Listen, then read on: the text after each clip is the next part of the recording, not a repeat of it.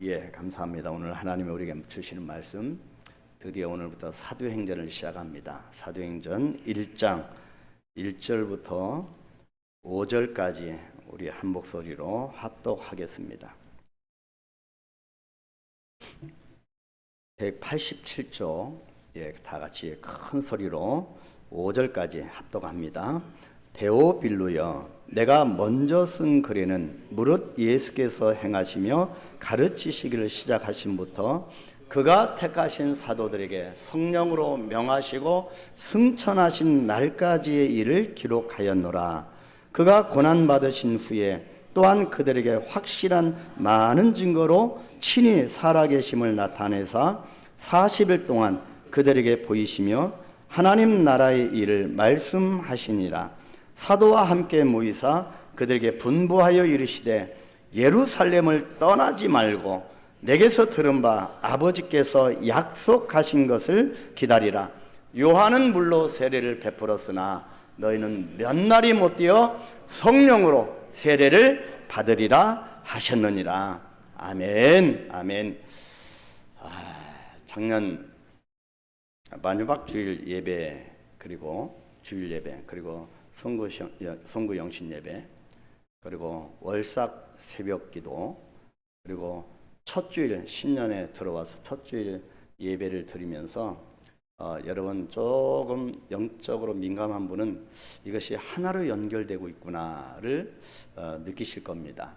그래서 오늘 신년 들어서 첫 번째, 두 번째 주일을 우리가 오직 복음의 능력으로 한강교회 복음행전 5가지를 우리가 살펴보았습니다.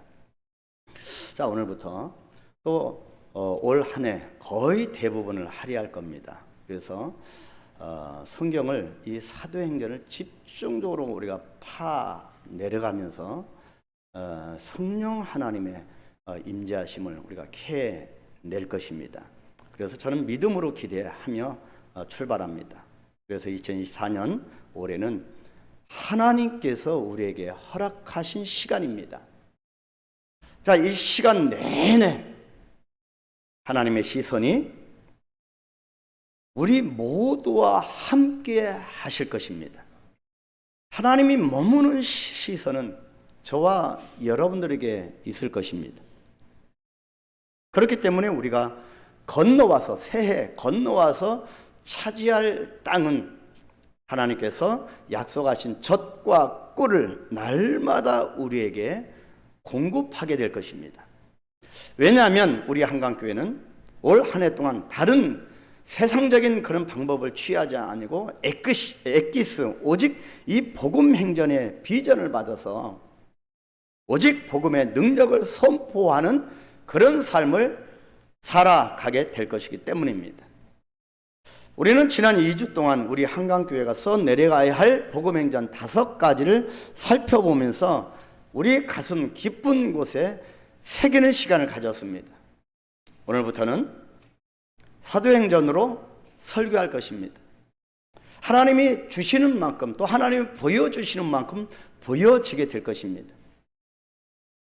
이 말씀을 나누는 동안 우리 삶 속에 사도행전적인 그런 사도행전 같은 그런 일들이 일어나게 될 것이며 1세기 초대 교회에 나타난 성령의 역사가 우리 교회에도 나타날 것임을 확신합니다. 오늘은 사도행전 첫 번째 시간으로 제목을 어떻게 잡을까? 거의 제목 잡기에 거의 2시간을 그렇게 헤맸습니다. 여러분, 간단한 것 같지요? 그래서 2시간 동안 헤매고 또 집중하고, 아내는, 사모는 밥 먹었습니까? 먹었으니까 계속 하고. 근데요, 제목을 이렇게 잡았습니다. 이방인 데오빌로를 향한 누가의 사랑행전. 여러분, 데오빌로라고 하는 사람, 근데 데오빌로가 이방인이라는 사실. 근데 이방인인데 이방인 데오빌로를 향해서 누가라는 사람이 사도행전을 쓰면서 사랑의 마음이었구나. 그 사랑행전에 대해서 우리가 살펴볼 것입니다. 그래서 첫 번째로 사도행전은 성령님으로 인해서 변화된 사람들의 이야기입니다. 김 목사님, 제가 시간이 없어서 땡땡땡하고 이걸 대지를 다 기록을 해 주셔야 돼요. 성령님으로, 자, 첫 번째, 성령님으로 인해 변화된 사람들의 이야기다. 자, 사도행전은 말 그대로 사도들이 행한 것을 기록한 책입니다. 여러분 주부에 대지를 제가 첫 번째, 두 번째, 세 번째 기록에 이걸 참조를 하시고요. 성령님으로 인해서 변화된 사람들의 이야기인데, 자, 사도행전은 말 그대로 사도들이 행한 것을 기록한 책입니다. 사도행전에서 말하고 있는 사도들이란, 여기서 말하고 있는 사도들이란 누구일까요? 자, 먼저 복음서에 등장했던 제자들, 그리고 나중에 예수님을 만나고 예수님을 알게 된 사도 바울입니다. 자, 그런데 사도행전에서 보는 제자들은 더 이상 복음서에서 마태, 마가, 누가, 요한복음에서 보여줬던 복음서에서 본 그 제자들이 아니었습니다. 그들의 모습이 바뀌었기 때문입니다. 변화된 것입니다. 그래서 사도행전은 변화된 사람들의 이야기라고 할 수 있습니다.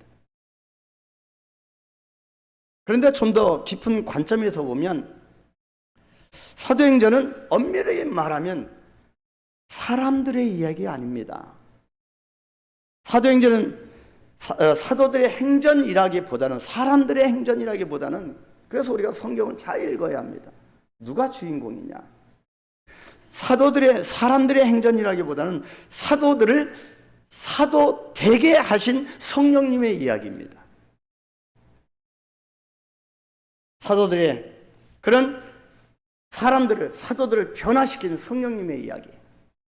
그래서 사도행전의 기록은 성령님으로 인해서 변화된 사람들의 이야기라고 할 수 있습니다. 그렇다면 우리가 사도행전을 접하는 우리는 나도 변할 수가 있겠구나, 나같이 강팍한 사람도 성령님께서 나를 변화시켜 줄 수 있겠구나, 그렇게 기대하며 나아가야 합니다. 이것은 사도행전의 저자가 누굽니까? 누가지 않습니까? 이 사도행전의 저자인 누가가 기록한 누가복음에 나온 예수님의 제일 마지막 명령을 보면 알 수가 있습니다. 마태복음 28장 맨 마지막에도 예수님 마지막 명령이 있지만 누가복음 24장 49절도 있습니다. 볼지어다 내가 내 아버지께서 약속하신 것을 너희에게 보내리니 너희는 위로부터 능력으로 입혀질 때까지 이 성에 머물라 하시니라. 여러분, 분명히 하나님께서 능력으로 은혜를 입히우실 날이 있을 겁니다. 지금도 은혜를 베풀어 주셨거니와 이 한강교회를 통하여 분명히 하나님은 능력으로 은혜를 입히우실 날이 올 것이다. 이것이 우리의 믿음 행전입니다. 이 말씀은 아버지께서 약속하신 것, 다시 말씀드리면 성령님의 사역에 대한 예고입니다. 이제는 성령께서 사역하실 것이다. 그 예고편이죠. 그래서 누가복음은 사도행전의 예고편인 셈입니다. 가장 이성적이고 가장 논리적일 수 있는 의사였던 이 누가, 의사들은 정말 냉철하고 논리적이고 이성적이지 않으면 안 되지 않습니까?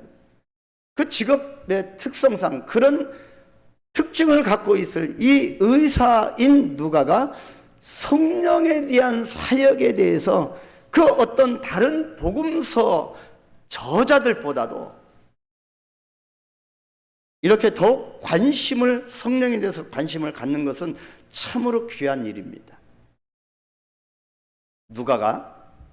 누가복음에 이어서, 자, 오늘 본문 사도행전, 누가복음은 사도행전은 예고편이고, 자, 본편에 들어오니까 본문 사도행전 1장 4절에서 5절에서 이렇게 기록하고 있습니다.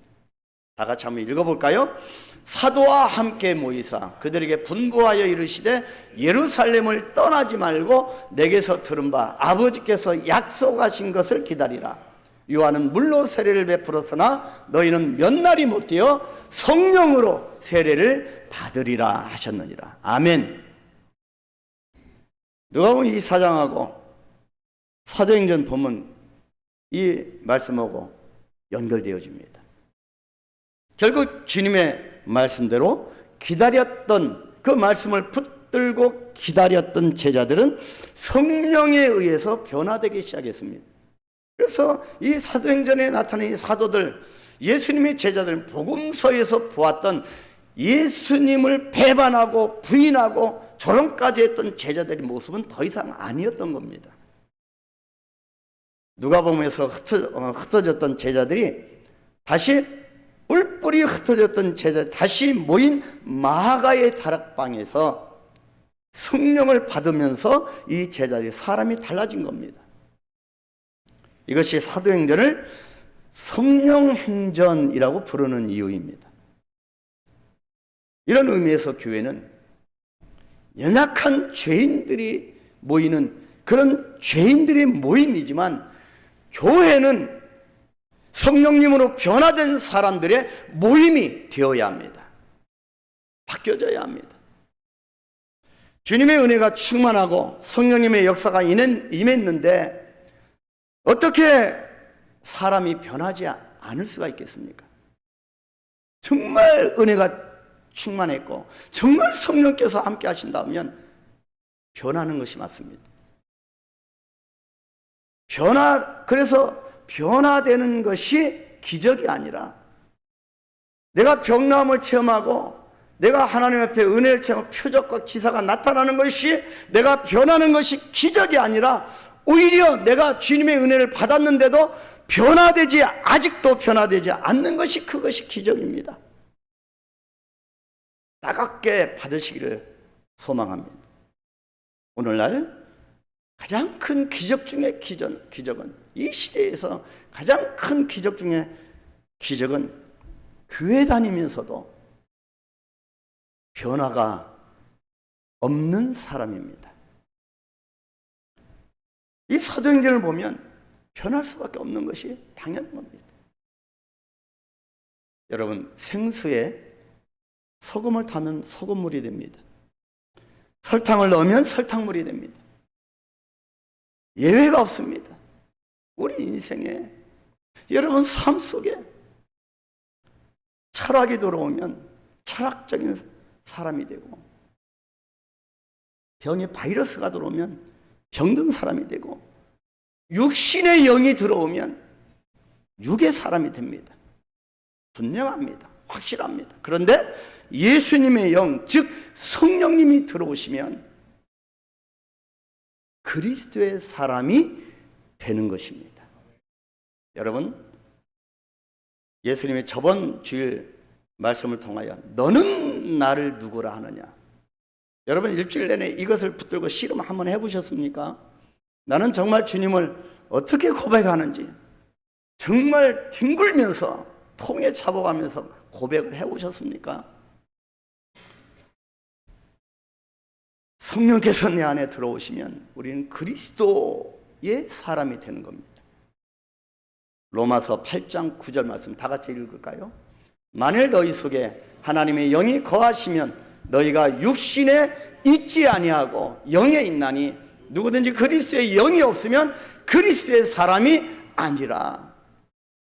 사도행전은 성령으로 충만한 제자들이 살아가는 삶의 모습이라고 할 수 있습니다.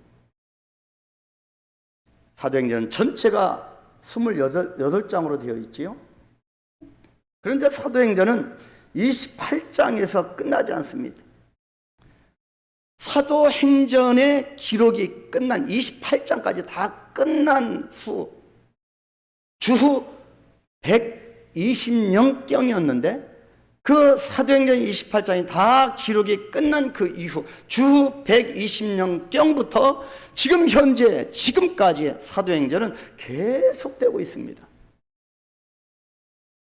누군가가 오늘 성지사님 기도했더니 누군가가 사도행전 29장을 쓰고 있는 겁니다.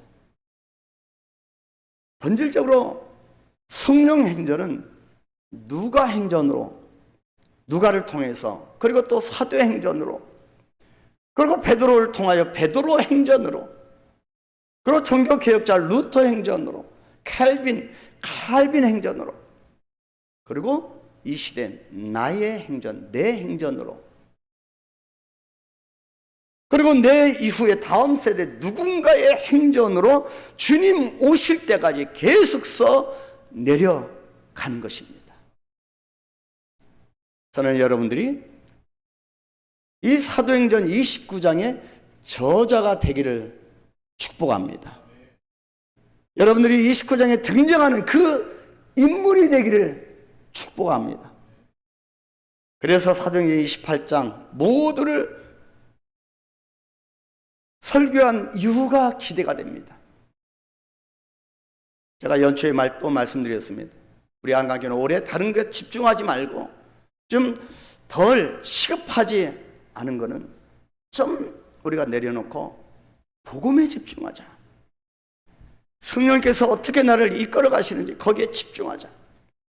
여러분의 삶도 마찬가지입니다.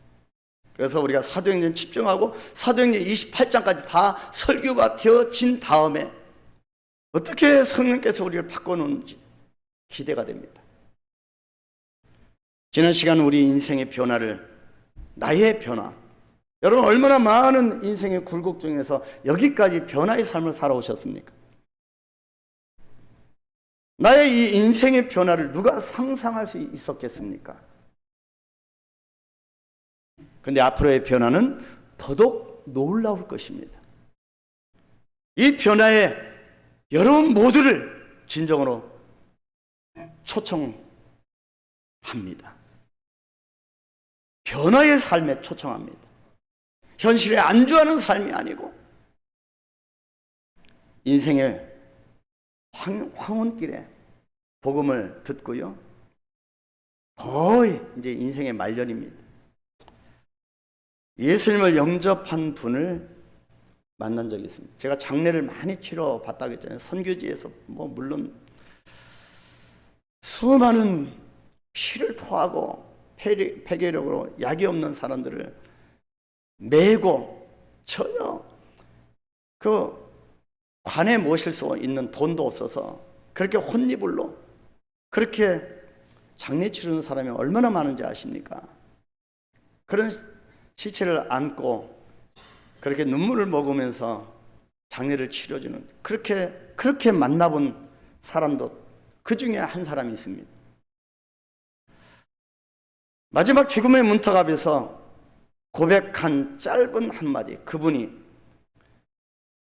완전히 이제 숨을 멈출 때 마지막 고백하는 말, 하나님 죄송합니다. 그 고백한 짧은 한마디가 하나님 죄송합니다 였습니다.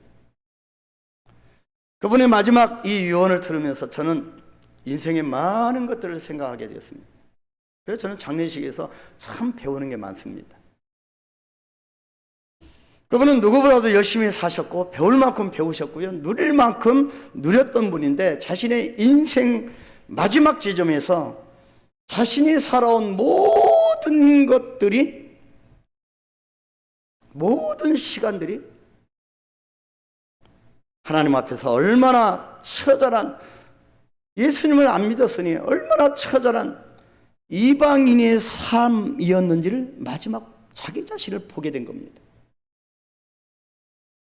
그는 누구보다도 나름 열심히 살아오셨지만 예수님을 믿지 않는 시간 동안 삶의 의미가 무엇인지, 그리고 왜 살아야 하는지, 무엇을 위하여 살아가야 하는지, 왜 우리가 돈 벌어야 하는지, 또 삶의 종착지가 어디인지를 생각하지 않고 얼마나 여러분 웰빙의 시대 아니겠어요? 얼마나 자기 건강을 위하여 얼마나 노력합니까? 좋습니다. 잘못된 게 아닙니다. 죄가 아닙니다. 근데 누구를 위해서 건강을 여러분 케어하십니까?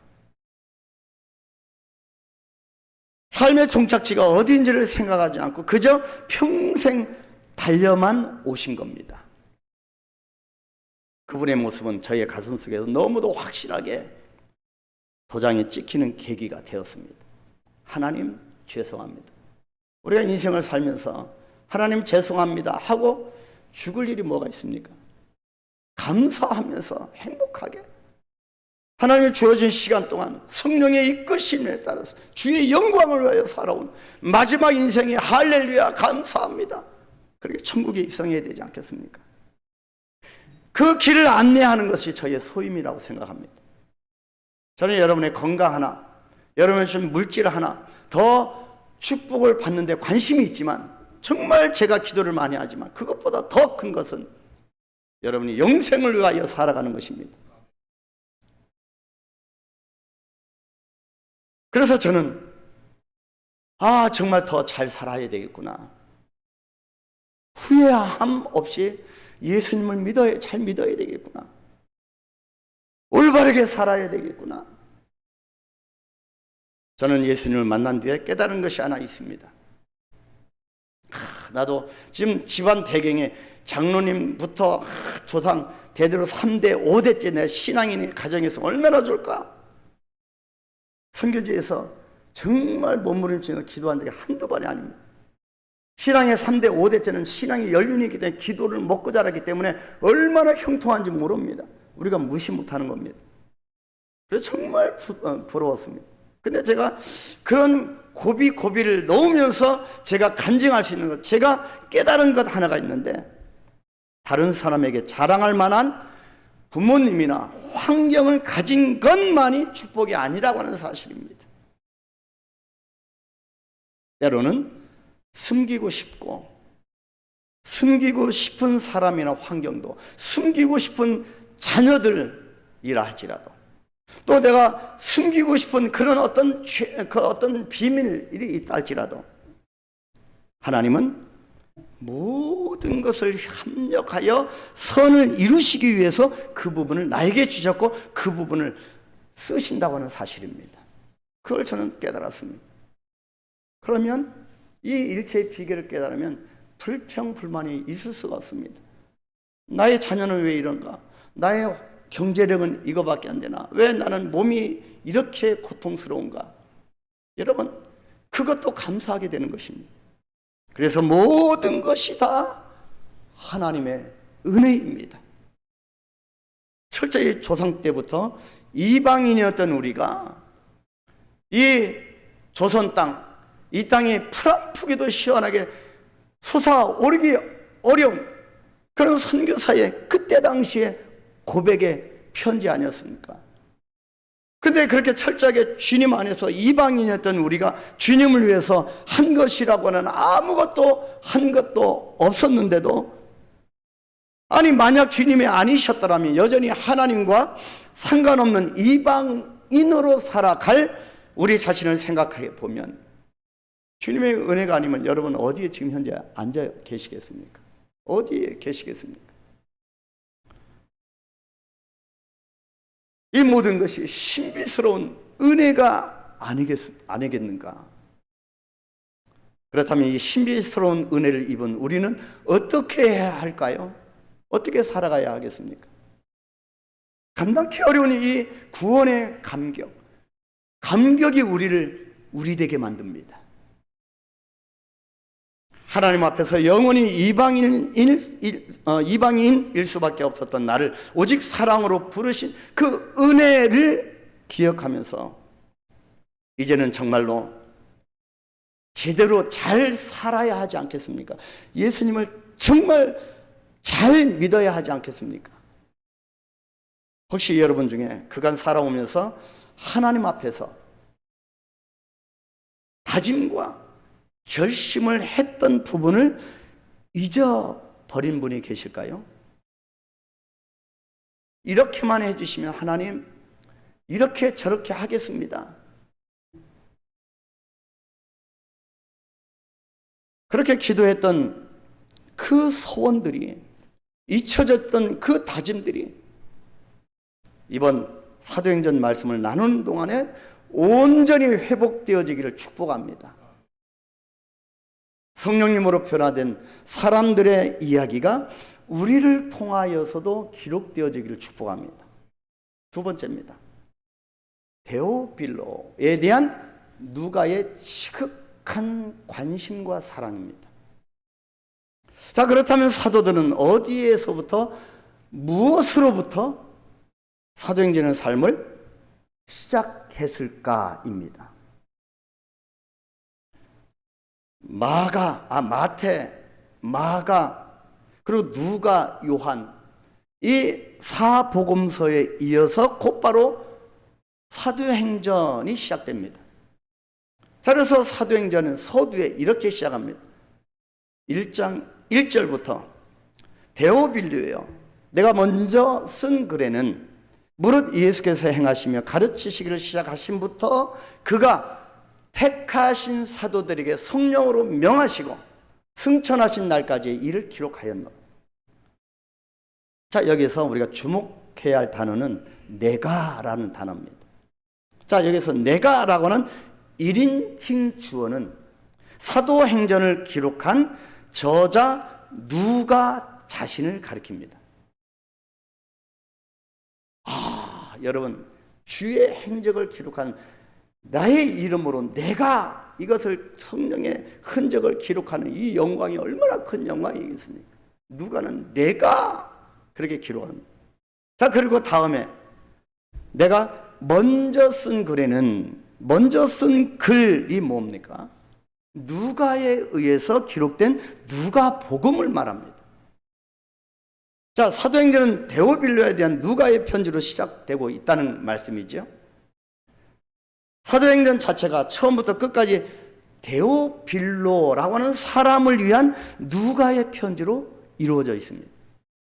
그런데 누가라는 의사가 데오빌로라고 하는 사람에게 장문의 편지를 써서 보내는 것은 이번이 처음이 아니었습니다. 누가복음 역시 누가가 데오빌로를 위하여 쓴 편지였습니다. 이미 누가복음에서 썼습니다. 누가복음 1장 3절, 그 모든 일을 근원부터 자세히 미루어 살핀 나도 데오빌로 각하에게 차례대로 써 보내는 것이 좋은 줄 알았노니. 사도행전 이미 누가복음에서 데오빌로 각하 하면서 높이면서 편지를 쓰는 겁니다. 누가복음을 통해서 예수님의 생애와 고난과 부활과 승천을 상세하게 데오빌로에게 가르쳐 주었던 누가가 또다시 이 사도행전을 기록함으로써 구원받은 자들의 삶이 어떠했는가를, 구원받은 사람들은 어떻게 변화돼서 어떻게 살아가는가를 이 데오빌로에게 상세하게 설명하고 있는 겁니다. 누가복음이 총 몇 장입니까? 24장입니다. 그죠? 누가복음. 사도행전은 몇 장입니까? 28장입니다. 그렇기 때문에 데오빌로 한 개인을 위해서 무려 성경에 합치면 몇 장이다? 52장입니다. 무려 성경에 52장이나 이 데오빌로라고 하는 사람, 이 한 사람만을 위해서 할애하고 기록하고 있다고 하는 사실, 정말 놀라운 일입니다. 누가복음과 사도행전 통째로 합쳐서 52장. 여러분, 안 놀라시네요. 한 개인을 위해서, 이 데오빌로라고 하는 사람을 위해서 성경이 52장이나 이 한 사람을 위해서만 지금 기록하고 있다는 것입니다. 그죠? 여러분, 드라마를 봐도 한 사람, 아무리 주인공이라도 그 한 사람을 위해서 1회, 2회, 몇 회까지 집중할 수 있겠습니까? 안 되지요. 자, 여기서 우리는 이런 질문을 던질 수가 있습니다. 도대체 이 데오빌로가 어떤 사람이기에 누가는 그를 위하여서 이 같은 장문의 편지를 정성을 다해서 썼을까? 이런 질문을 할 수가 있잖아요. 자, 누가복음 1장 3절에 의하면 아까 우리가 보았습니다. 자, 누가복음 1장 3절, 누가는 데오빌로를 향하여 뭐라고 호칭합니까? 카카라고 칭하고 있습니다. 당시 이러한 호칭이 총독 이상의 사람들에게만 사용되었음을 감안한다면 이 데오빌로는 상당한 직책의 사람이었음을 알 수가 있습니다. 엄청나게 높은 사람이었습니다. 자, 더욱이 데오빌로라고 하는 이름이 당시에 헬라어 이름이었습니다. 헬라어 이름이었다고 하는 걸 생각할 때 이 사람은 유대인이 아닌, 우리가 원래 복음 안에서 이방인이었던 것처럼 하나님 밖에 있었던 사람인 것처럼, 자, 유대인이 아닌 외국인, 즉 유대인들의 입장에서 보면 이방인임에 틀림이 없었던 사람입니다. 자, 그가 이방인이라면 게다가 각하라고 호칭받을 만큼 그렇게 높은 지배층의 사람이라면 여러분 생각나지 않습니까? 그렇다면 어떻게 됩니까? 유대인들에게 있어서는 증오의 대상입니다.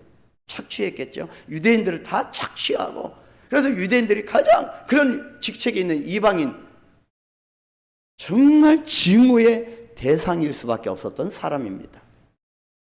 그럼에도 불구하고 유대인인 누가가 이방인이었던 만인의 적, 증오의 대상, 여러분도 누구나 데오빌로 한두 명쯤 있을 겁니다. 다시는 보고 싶지 않은 사람, 증오에 내가 정말 미워하는 사람, 싫은 사람, 여러분 마음속에 데오빌로 한두 사람은 다 있습니다. 그죠? 여러분 없습니까? 대단하십니다. 여러분 분명히 있는데 대답 안 하시죠? 있을 겁니다. 이 만인의 적입니다. 유대인들의 적입니다. 이 데오빌로에게 무려 52장에 달하는 장문의 편지를 보냈다고 하는 것이 또 무엇을 말하는 것일까요? 보기도 쉽고 정말 끔찍한 이 데오빌로에게 각하하면서 52장이나 편지를 썼다는 겁니다. 이것이 성경이 우리에게 던져주는 메시지입니다. 누가는 주님의 심장으로, 유대인의 심장으로는 안 되는데 주님의 심장으로 이미 은혜 받은 사람입니다. 주님의 심장으로 데오빌로를 한 형제로 사랑하고 있다고 하는 뜻입니다. 아멘.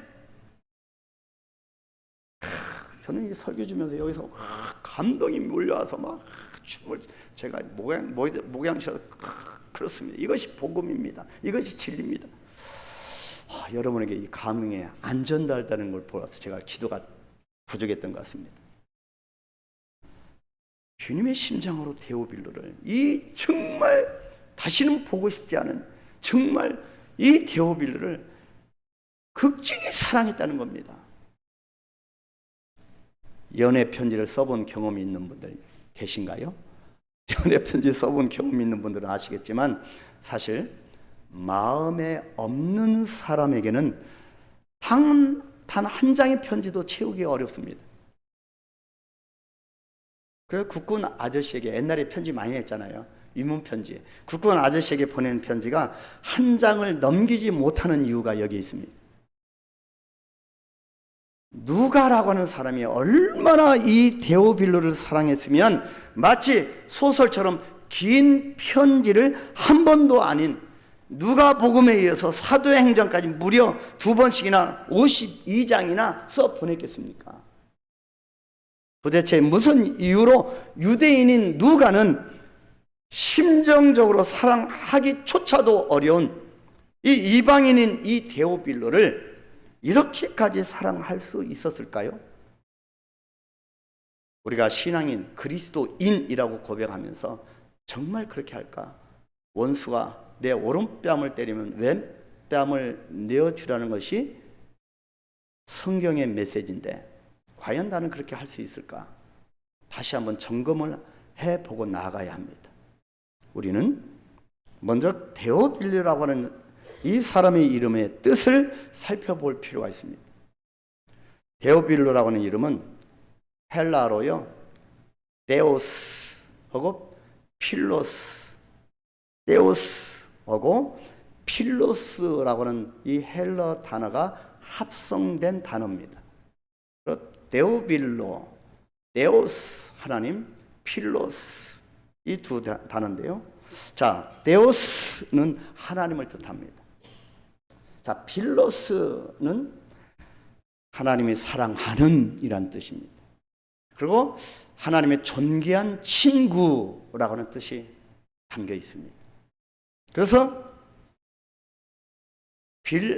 데오빌로, 이 합쳐서 데오빌로라고 하는 이 이름의 뜻은 하나님이 사랑하는 자, 하나님이 존귀 여기는 친구라고는 의미를 갖고 있습니다.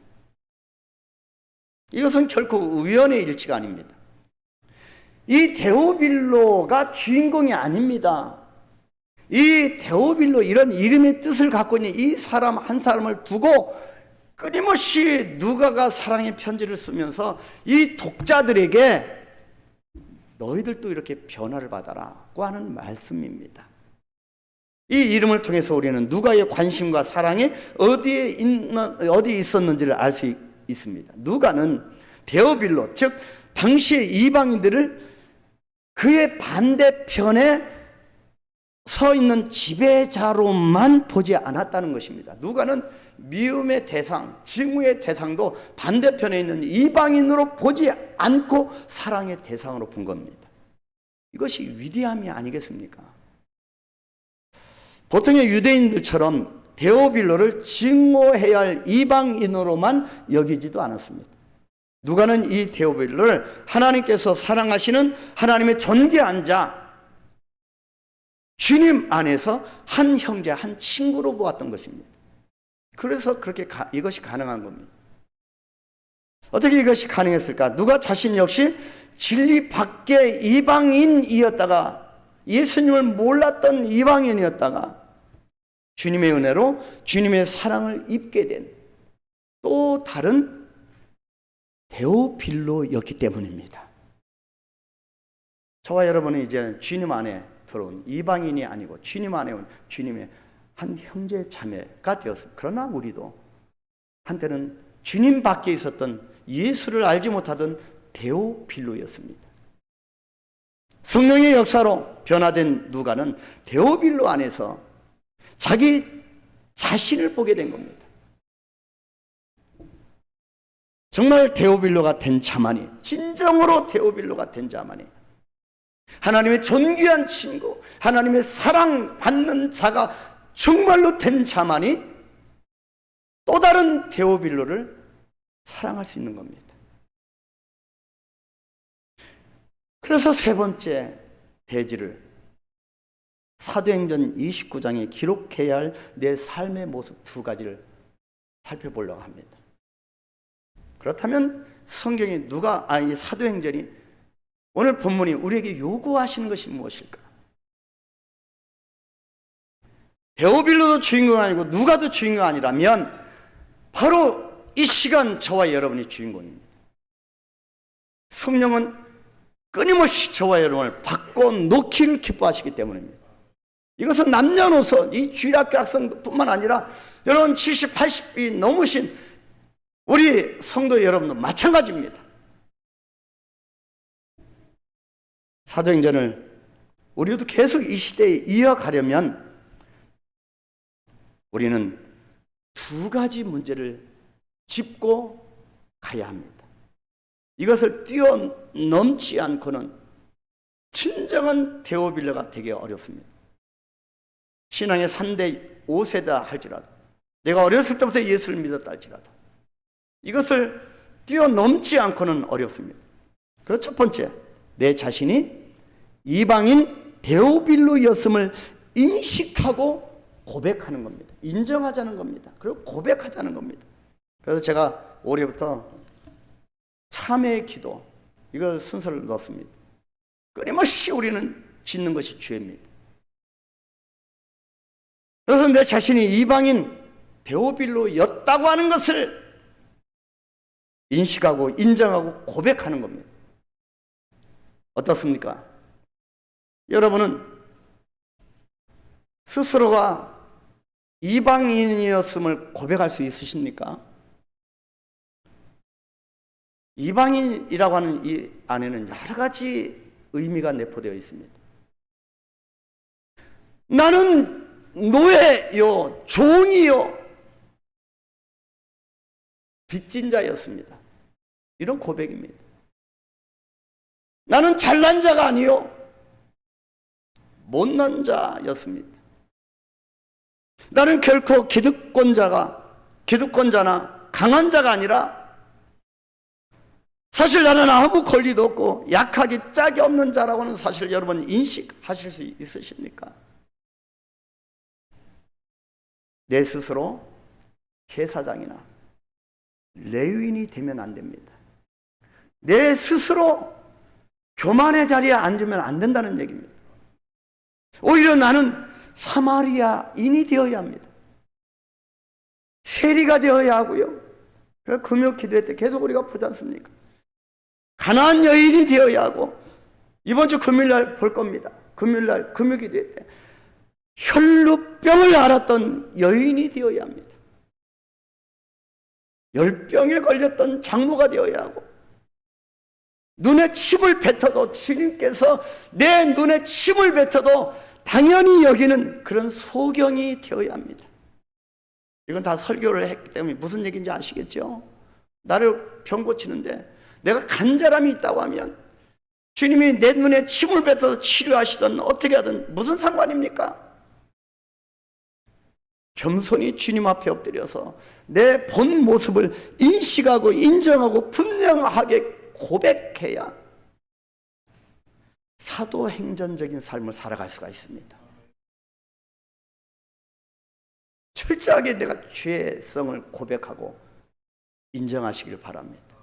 두 번째, 우리가 넘어가야 할 장애물, 넘어서야 할 부분은 그 누구든지 누구라도 하나님의 존귀한 데오필로로 인정하고 사랑할 것입니다. 상대하기 싫거나 또 선입관을 통해서 또 안 좋은 소문을, 여러분 사람들의 말에 의해서 어떤 사람을 평가하지 마시길 정말 제가 그렇게 여러분 권면드리고 싶습니다. 사람의 말은요 죄성이 담겨 있어서 100% 전달이 안 됩니다. 그래서 또 다른 정말 하나님의 존귀한 데오빌로가 정말 이방인 데오빌로로 내가 그렇게 낙인을 찍을 수 있기 때문입니다. 그래서 선입관을 통해서 이미 여러분들의 마음에서 제외시킨 사람들, 그렇죠? 막 너무 믿고 증오의 대상이 돼버렸고, 그래서 내 마음속에 완전히 제외시켜버린 사람들도 그 누구라도 하나님께서 존귀하게 여기는 데오빌로로 인정하고 사랑해야 한다는 것입니다. 마음에 드는 사람만이 아니라 내 마음 밖에 있는 사람에게까지 미치는 사랑을 해야 한다는 것입니다. 비록 그가 편협하기 짝이 없고요, 내 마음에 들지도 않고요, 그런다 할지라도 하나님께서는 그 사람 역시 사랑하고 존귀히 여기는 데오빌로이기 때문입니다. 그래서 사도행전은 사랑행전입니다. 뭐 성령이 역사하고 막 귀신이 떠나가고, 여러분 요즘 뭐 하나님의 음성을 듣는다, 뭐 몸을 막 쳐서 스타에서 귀신을 쫓는다, 여러분 현혹되지 마시기 바랍니다. 자꾸 이상한 데로 흘러가면 안 됩니다. 진리 가운데는 나가야 합니다. 여러분, 그래서 이 진리가 내포되어 있는 이 사도행전은 사랑행전입니다.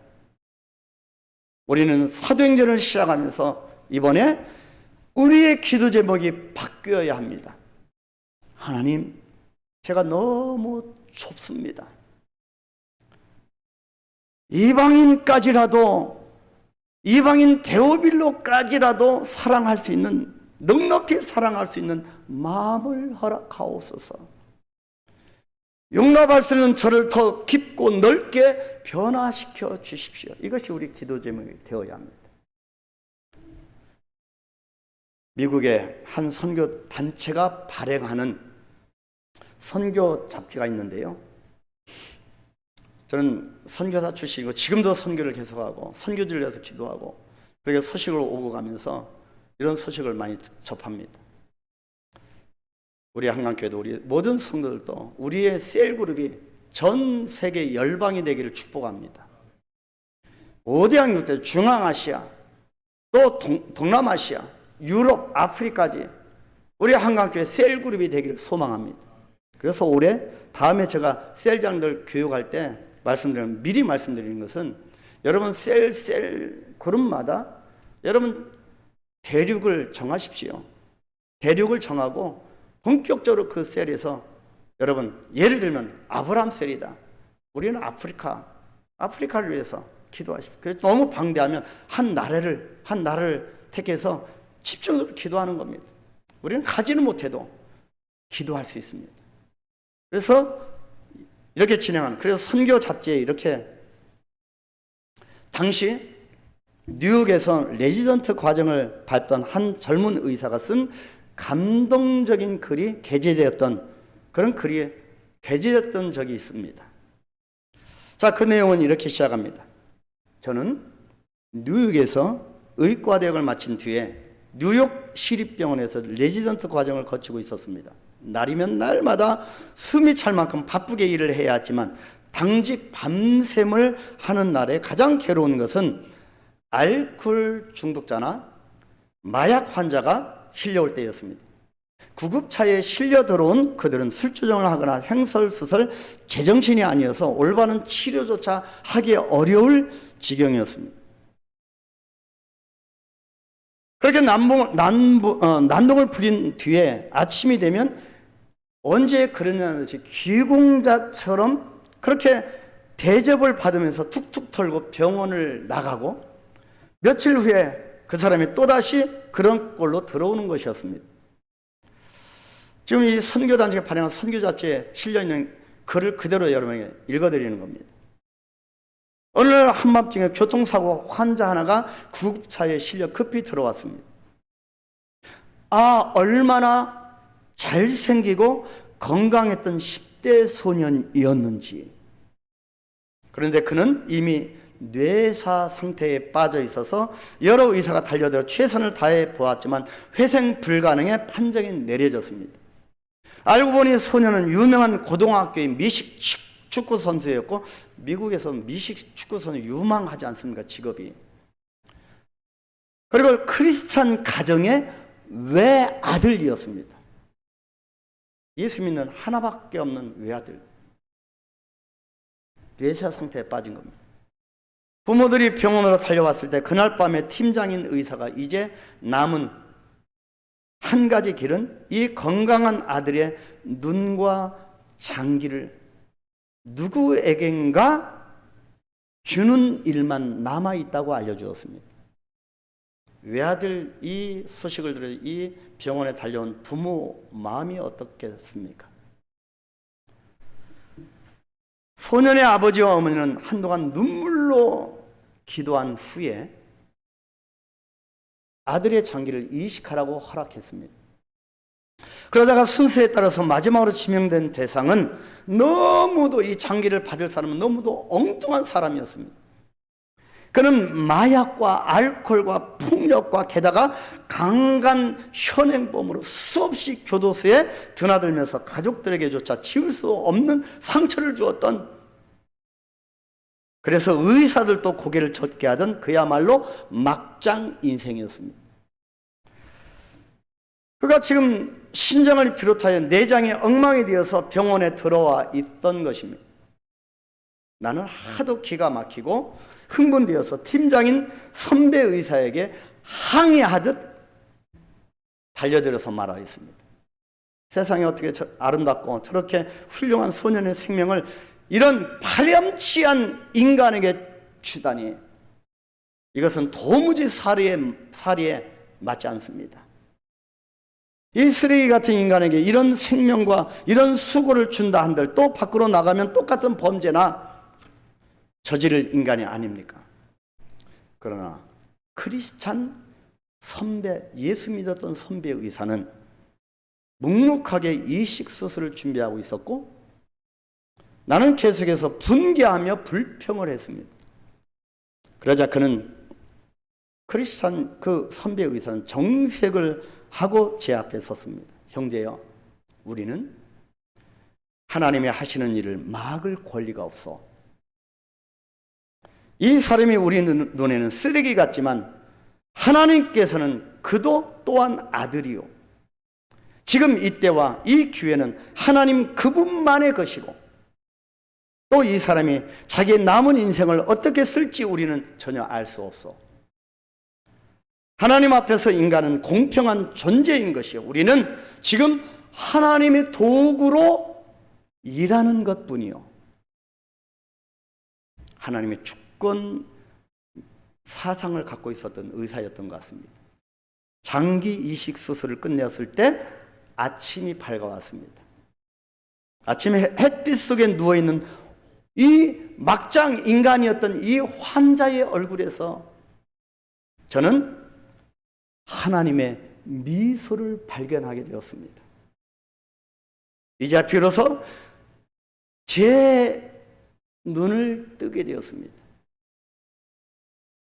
이 일을 통하여 이 젊은 의사가 바뀌었습니다. 이것이 하나님의 방법입니다. 데오빌로가 누구일까? 사랑하는 성도 여러분, 하나님의 사랑은 정말 놀랍습니다. 도무지 사랑할 수 없는 사람을 사랑할 수 있는 사람으로 우리를 변화시키십니다. 이방인 데오빌로를 자신이 당연히 사랑해야 할 사람으로 품었던 누가가 사랑의 복음 행전을 써내려가는 이 모습을 통해서 아버지의 약속을 지키라고 하는 예수님의 이 말씀을 우리들도 이 시대에 이어가야 할 것입니다. 아버지 하나님께서 약속하신 성령님만이 우리의 마음에 사랑을 일으키시기 때문입니다. 여러분, 너무 성령님의 사역을 방언과 병나음과 그런 쪽으로 좀 약간 여러분 차원이 더 낮은 것으로 폄하하지 마시길 바랍니다. 그래서 이 예배 시간에도 성령님의 만지심, 터치하심이 우리에게 필요합니다. 그분이 만져주심, 그분이 내 이름을 불러주심이 필요합니다. 사도행전은 성령님으로 인하여서 변화된 사람들의 이야기이기 때문입니다. 이것이 바로 사도행전을 성령행전, 더 나아가서 사랑행전이라고 부르는 이유입니다. 사도행전은 저와 여러분, 우리 모두의 이야기입니다. 또 우리의 이야기가 되어야 합니다. 성령님께서 우리를 더욱 넓고 깊고 강력하게 만지시고 붙드셔서 우리들도 누가처럼 아름다운 사랑행전을 내려가게 되기를 간절히 축원합니다.